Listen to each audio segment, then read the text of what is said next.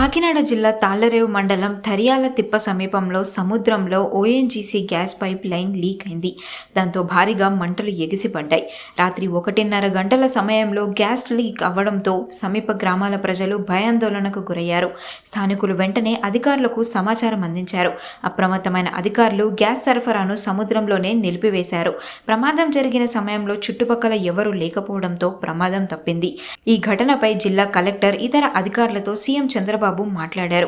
గంటన్నర సమయంలోనే గ్యాస్ లీక్ను అరికట్టారని, ఎటువంటి ప్రాణ ఆస్తి నష్టం జరగలేదని సీఎంతో తెలిపారు అధికారులు. పైప్ లైన్ మొత్తం చెక్ చేయించి సమీప గ్రామాల ప్రజలు ఆందోళన పడకుండా చర్యలు తీసుకోవాలని కలెక్టర్కు సీఎం చంద్రబాబు నాయుడు ఆదేశాలిచ్చారు. శ్మశానాల దగ్గర ఏదో లీక్ అయిపోయింది మొత్తం మీద. మంట చూడాలి వచ్చేస్తుంది. ఏ మంట పొలం వచ్చేస్తుంది మంట. తిప్పలో కాదు, సైడ్లోనే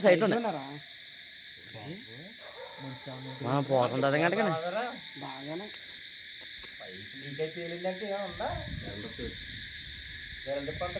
ఇక్కడ లీక్ అవడానికి అసలు ఏమి లేదు.